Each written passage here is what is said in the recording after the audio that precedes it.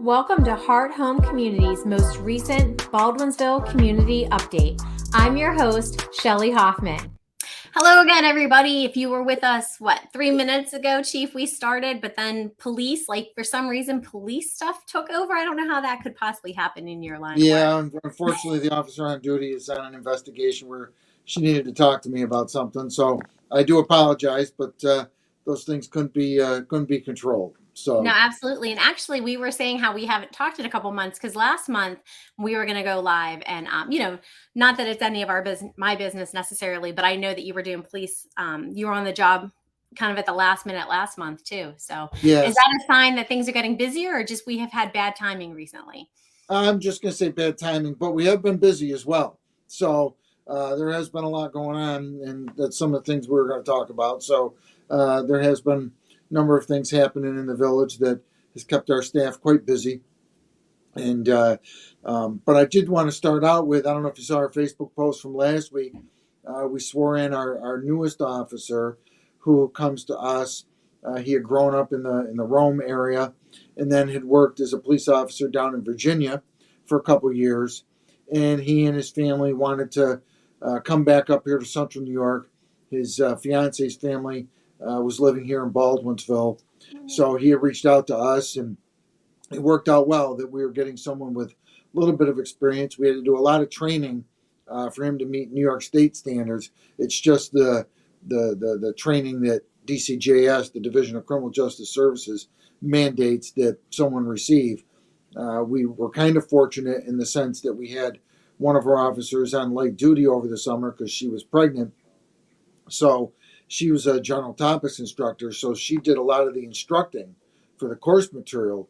And we had hired him part-time, and then he took the test and passed it, and we were able to put him on full-time. But I swore him in last Thursday at the board meeting officially. He'd been sworn in an unofficial capacity just in my office for some time, so he wasn't working not sworn in. But someone commented on our Facebook post that he should have shaved. And I responded back that actually what happened this year is our staff wanted to participate in No Shave November. So what I allowed everyone to do if they wanted was they could donate $50, and I donated the money as well. I just chose to continue shaving. I was going to say, So, are you able to grow something there, Chief, or you just chose so, not to? so I chose not to. Last year when I had COVID, I went about 8 days without shaving, just to see what it would be like, because I obviously didn't have to come in and I was at home. So quarantining, I said, all right, I'm not going to shave. After about the 8th day, I had enough of that. And so I said, no, I'm not doing that again. I'll just continue to shave probably for the rest of my life. And so I paid the money. So what we allowed obviously is our male officers to not shave. And then for our female officers, they could wear their hair in a manageable length ponytail and paint their fingernails any color. So within reason, as long as it looked professional. And because traditionally our officers have had female officers had to wear their hair up in a bun, so we allowed that, and almost everyone participated. And we're going to donate the money to a local charity. I just have to talk to the charity and let the executive director know we're going to give her charity the money. You could probably figure out who it is, but somebody, it's a charity right here in the village that we have a connection with. And then what I did is I extended our grooming standard order out till the end of March, so the officers can continue to wear neatly trimmed beards. And it's something that if you look at a number of agencies across the country, they're allowing their staff to wear beards or even have visible tattoos. So that's something that I'll be evaluating over the next few months. I know a number of our officers are pleased about that decision that we're doing.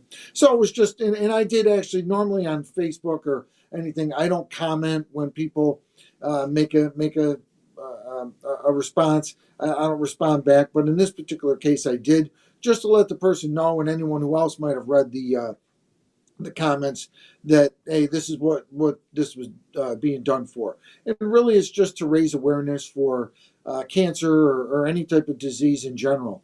And the money's going to go to a good cause. It kind of builds a little morale and esprit de corps amongst the staff here. And we're going to ensure that everyone's beards are neatly trimmed and that they look good.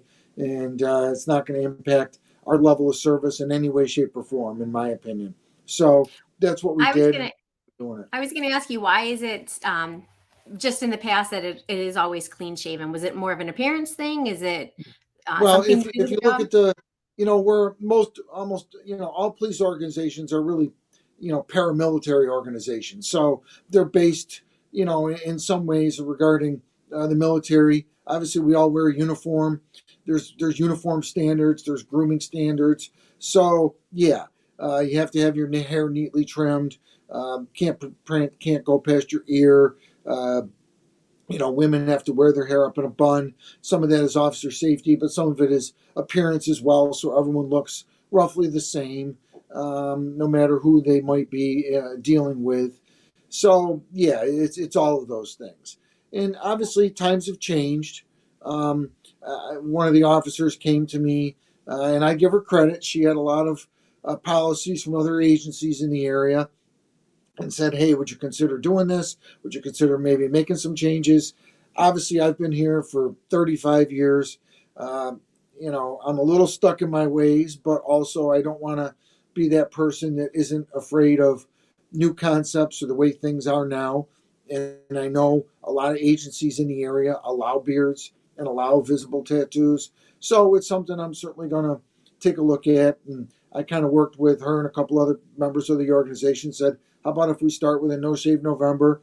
Then we'll see how that goes, and then if that goes all right, I'll continue it through to the end of March, and that'll give me a little bit more time to evaluate and see how that goes, and then we can go from there. So that's why we're doing it. That's how we're doing it.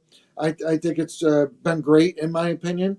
It hasn't impacted our level of service at all, and we're moving forward. So one of the things with this particular officer, Joe Serra is his name. Seems like he's going to fit in real well. You can tell the age of some people when he was. We were talking a couple weeks ago at the police department. The movie Die Hard came up, and he indicated that he had never seen the movie, and then said that he wasn't really into old movies.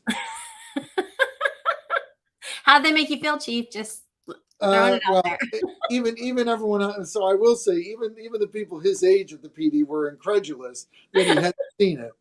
And so I said, old movies. I said, well, are you familiar with like Clint Eastwood and Dirty Harry? And he had no idea about those movies and said, Clint Eastwood, isn't he in? He was in Gran Torino. I saw that.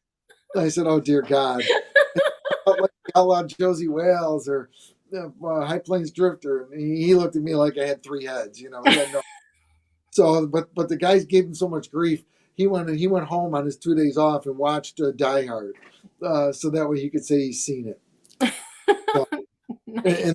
and then I gave him the business because a couple of the officers told me that he wasn't a huge fan of bacon. He didn't see what the big deal about bacon was, and had never eaten a Snickers bar. So during his turn in, we're giving him the business. I apologized to him afterwards, and he's like, "Chief, it's all good." I go, "You got to worry when we stop picking on you. When people stop picking on you, that's when you got to worry." So, but no, it looks like he's going to fit in real well. Good personality. I think the community will enjoy any level of service they receive from him. So that's always nice. In actuality, he replaces Sergeant Jim Sarankowski, who retired back at the end of January. So, with the staffing issue the way it is and the numbers crunch, it's a difficult process and takes quite a while through training and then field training to have an officer back up on the road. So it's taken us probably 10, 11 months because he'll come off field training in the next week or two here and to get him fully up to speed. So that's how long it's taken. If we had to send someone to an academy and then field training, it would take a similar amount of time.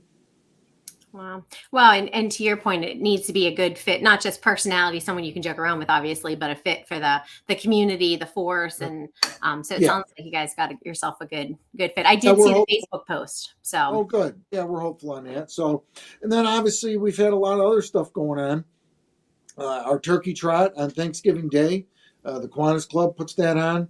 Uh, these next two events I'm going to talk about, I really have to single out Lieutenant Mike Lockwood, who does a tremendous amount of work writing operational plans, planning out traffic flow, traffic direction, traffic posts, working with the different organizations. And that's the turkey trot, which went off on Thanksgiving Day. Had a beautiful day for it. I know they were hoping for about 1,500 runners. And my first traffic post, I actually work a traffic post on that morning. I was down right there at Oneida Street and Genesee Street and Artillery Lane, right by the Red Apple. And I'm directing traffic there. And it's pretty cool to always observe the what I call a sea of runners coming down West Oneida Street at you, and there's a lot of people there. And then they head up Artillery, but it's pretty cool to see. And with the weather as beautiful as it was, that was really nice. And then 2 days later, of course, we had our parade of lights, followed by the Christmas tree lighting, and then the fireworks. So again, Mike Lockwood just did a tremendous job, and that event has grown in size and scope, both from participation and the number of people that are watching this. We involve is there a the way to see DP. how many people? Just somebody asked me that if there's a way to track how many people, because it was so. We stood at 12 Oswego Street, my Mhm. building, kind of up on the steps because I'm claustrophobic, and it was just rows and seas of people, and we were just curious if there's a way to have any idea of the number that attended. Yeah, there's a couple ways to kind of gauge crowd size and stuff. One of the issues is I'm actually in the command post, which is far removed from the parade route itself. And I'm there with members of Onondaga County Emergency Management, Ambulance Corps, Fire Department. And the only part of the parade I get to see is we have a stick camera set up at Oneida and Oswego Street, right up by your old house. So I get to see the parade traveling east on Oneida Street, coming up to Oswego, and then as it heads south on 48. So all I really get to see is that, and then I get to see pictures of the crowd size, but I don't actually get to see the crowd because again I'm in the command post. But Mike Lockwood told me that there were just a sea of people, and he's driving around both before, during, and after, making sure he's the eyes and ears of the event. So it was quite sizable. There were a few thousand people there, no doubt about it. And so that has grown, and obviously it was a nice night. It wasn't snowing, it wasn't raining. I've worked traffic posts on that night as well, where it's been a little inclement. But again, it's grown to such a size that we've needed to set up a remote command post to manage that event. So, like anything, every year there's always, as we triage it afterwards and do a post race review and a post parade review, we note that there's things that we're going to have to improve upon for next year, modify or change, so it's going to be a little bit better. And we'll work with the fire department on the parade, and then obviously the Kiwanis for the turkey trot. Like anything, it's tough to get people to help out and to get volunteers. So those events, they're great, but they require a lot of man hours and a lot of people to assist. So that's kind of where we are with those. The one thing that I want to mention, just because it was out on social media and I saw it myself, when you guys are talking about the next day, I don't think, Chief, I've ever seen our village have so much garbage along the parade route. But again, kudos to our village, because by the time I got to work on Monday, it was cleaned up. So I don't know if it was Monday morning when they did it, but I know people were really sad for all the people that came into, the thousands of people that came in. Like, how hard is it to take your hot cocoa cup and with you when you leave? But Yeah, they did mention like garbage cans or whatnot. But again, if you didn't come through the village on Sunday, you didn't see it because it was cleaned up by the time I got to work on Monday. So yeah.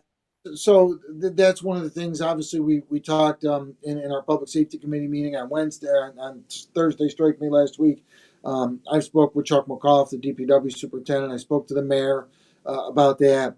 Obviously, some of it is, people didn't want to take their cups back with them. And I know a number of the local businesses were open, and that's great. But we did also talk about putting out a number of trash cans along the route, so on both sides of the road, and then hopefully we might be able to mitigate some of that. You're never probably going to mitigate all of it because people being what they are sometimes, but if we at least have some spots where people could put some trash, or even if the trash if the can got full, ended up next to it, that makes it a little bit less spread out and unpleasant on the eyes. But yeah, you're right. There was a lot of trash, and that's something as we look at a post parade review, and we look at, okay, what do we have to do for next year? Trash cans is clearly on the list of recommendations for us to put out a slew of those and hopefully mitigate some of that issue. But a good problem to have, because that means how many people, again, came into the village. And Yeah. And then I was just shocked. And then obviously, the flip side of that, once it's over, could we have a crew spend an hour, just kind of go up and sweep the streets, so to speak, not necessarily with a street sweeper, but just a crew of people just work north to south and just pick up all the trash and get it into a truck and get it out of there and get it where it's got to go. So that way, Sunday morning, the village looks the way it should. So those are all things that will work cooperatively with the fire department, Northwest Fire District, the village, whether it be the DPW or anywhere else, and go from there. I want to mention, I missed the comment, but the mayor told me I'm not supposed to ask you if things are ever quiet again. He said, don't ask him if things are quiet, probably jinxing you. But we do not use the Q word. No, Q word does not get uttered in these parts, because as soon as it's mentioned, what breaks loose. So no, that word, and yeah, you've probably jinxed me for this week, I can assure you. You're welcome. Yeah. And then on a real serious note, a couple weeks ago, we had a woman and her husband who were walking their dog along the Southwest Trail. So if people aren't familiar, Water Street, where the old Lock 24, where Jeff Rogers' new Angry Smokehouse is going to be, right at the intersection with Canton, that's Water Street. So if you went down Water Street off of 48 and then, just continued to travel west towards Riverview Cemetery, that portion where all the boats dock up along the canal there is what's called the Southwest Trail. So one was walking their dog over there, and the dog ended up in the water. So the one was trying to get the dog out of the water. She ended up in the water as well. Obviously, the water is very cold, and one of the things that is an issue there is there's no ladders along that stretch of the wall, so attached to the wall. So she couldn't get out. So our officers, along with a member of the sheriff's office, respond. Two of our officers, one of the new officer and Officer Zach McCaleb and Sergeant Kate Loveland from the Onondaga County Sheriff's, the three of them responded. We carry throw bags in our cars, which have rope all ready to go in them, and then the officer can hold the one end of the rope and then throw the bag to the person, and then as long as they can hold the rope, you can pull them in. So they were able to tie the rope, put the rope down, get it around the dog. The woman wanted the dog out. We got the dog out. We were able to get the woman out, and then obviously we were worried about hypothermia. So we took some steps to ensure that didn't set in, got medical personnel there, got her cold, wet clothes off of her, got her into a warm vehicle and then into an ambulance. And it was a real good amount of teamwork, because I have the video on that from the sheriff's deputy, because Officer McCaleb's body camera ended up in the Seneca River during the save. But that's the least of our worries. The main thing is to get her out and be safe.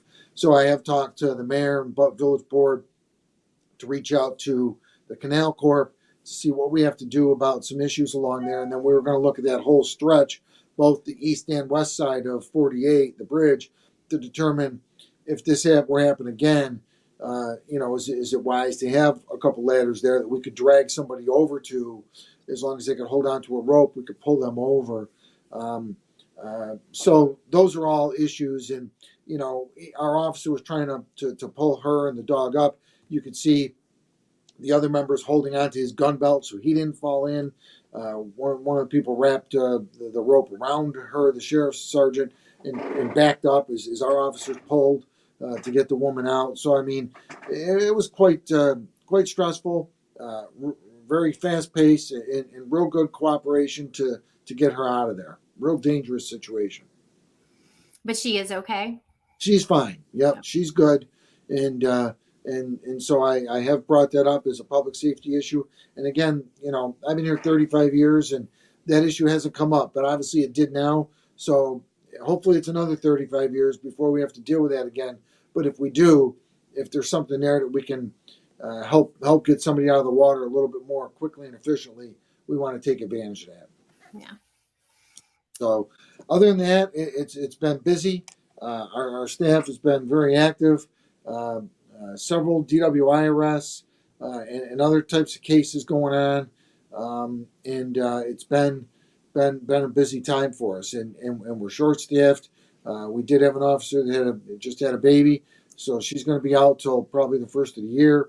We have another member that is out with an injury and after some surgery and is healing up. So hopefully get that person back, but that person is going to be out a total of probably 4 or 5 months. That's a big blow to us. And then obviously Sergeant Sarankowski's retirement, but Officer Sarah will be coming, onto a patrol shift, onto the midnight shift here in the next week or two. So we've kind of been down 3 people, and that's a big percentage of our staff when you've got a small police force. So I really credit the other members of the department that have stepped up and worked some overtime, and it's been busy but productive, and we're looking for the holiday time period and then the start of 2023. Nice. I do have one question. So what is it? Is it November 14th that you can't park on this overnight parking on the streets? Is that November 15th? Yes. November 15th. Okay. From 1:30 to 6:30, somewhere along in there. Yeah. So I know in the beginning you give warnings for that, Mm-hmm. just to kind of remind people. Is it like the first heavy snow when the parking tickets come, or is there another time period? Yeah. So like we'll do that, and then when it starts snowing heavily, is we start issuing tickets because obviously the DPW is out plowing, and that inhibits their ability to clear the roads. So that's the reason for that. Is if we have vehicles parked there, then the DPW can't clear the roads. And some of our streets are wide. You look at North Street, very wide street. But then we have other streets that are pretty narrow. You look at Spruce and Pine and Walnut and some of those streets, they're narrow streets. And on the south side of the village, Seneca or Division Street, those are not wide streets. So if you had cars parked on both sides and then the plow couldn't get through, some of the fire trucks and emergency vehicles that need to get through there, that'd be tough going depending upon how much snow we got, what type of snow event it was. So that's the purpose for that. It allows those folks to come in and get the streets cleared. So we would just ask people to not park on the roadway. And once you kind of get into the winter, like we're in December now, so even if there's no snow, you still shouldn't be parked on a road. Well, that's what I was going to ask you. Buffalo was hit, up north was hit. Yeah. We really haven't gotten that big. So I just didn't know if there was more of a time frame, like, okay, yeah, we haven't gotten snow yet, but any day. No, we did get snow. If you remember, we did get snow. I was in Florida when you got snow. Okay, yeah, life's tough. So no, we did get snow. So we have had a snow event. So we've started the warnings are over, and we've started the actual ticket production. So gotcha. Okay. And then if need be, people can go argue their case to Judge Healing. So. Gotcha. So, all right. Well, I know you had mentioned happy holidays already, so I'm assuming you've kind of shared everything with the community. Is there anything else you want to throw out? Nope, that's it. That's Perfect. It. I guess all right, 2023. I know. That's what I was going to say. It's crazy how fast it goes. So, all right. Well, enjoy the rest of your day and pretend I didn't say the Q word. And you have a great week, Chief. All right. Thanks. Bye.